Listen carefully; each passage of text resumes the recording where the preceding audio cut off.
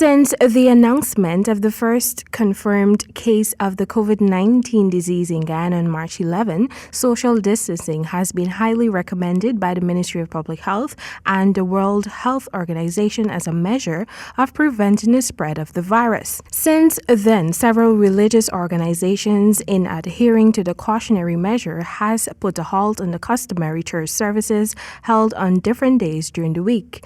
The Catholic community, despite presently observing the solemn religious observance of Lent, has cancelled all of its masses during this period.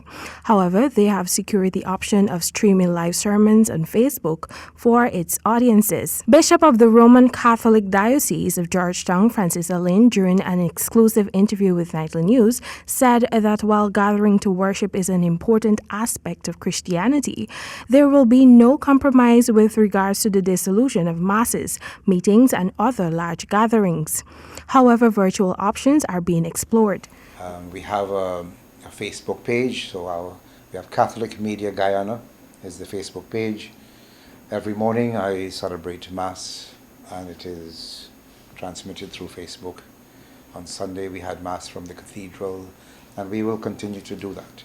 The last few evenings and continuing, we do evening prayer, also through Facebook. According to Bishop ALLEYNE, even as the time winds down to the conclusion of Lent, as the Easter season is ushered in, a number of other essential traditional masses will be done virtually. However, virtual sermons have its pros and cons. He revealed some of the disadvantages of this new practice. Many of our constituents don't have access to internet. So, and we're still thinking that through. How can we reach them?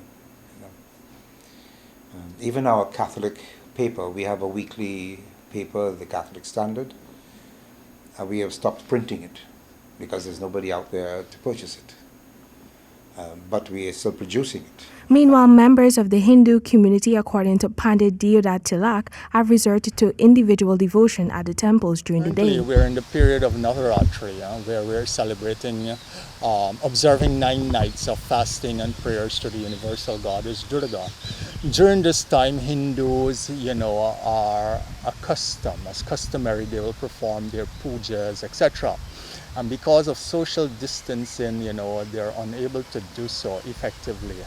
During the night, temples will host pujas and so forth, where we will have a large gathering.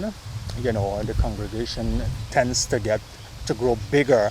The common stance with regard to the role of religious groups in Guyana during this current crisis is to use wisdom and encourage strict adherence to the precautionary measures issued by the Ministry of Public Health. We're using wisdom in the sense that we're adhering to all the precautionary measures, that were issued by the Ministry of Health and the various religious institutions, encouraging people, of best practices.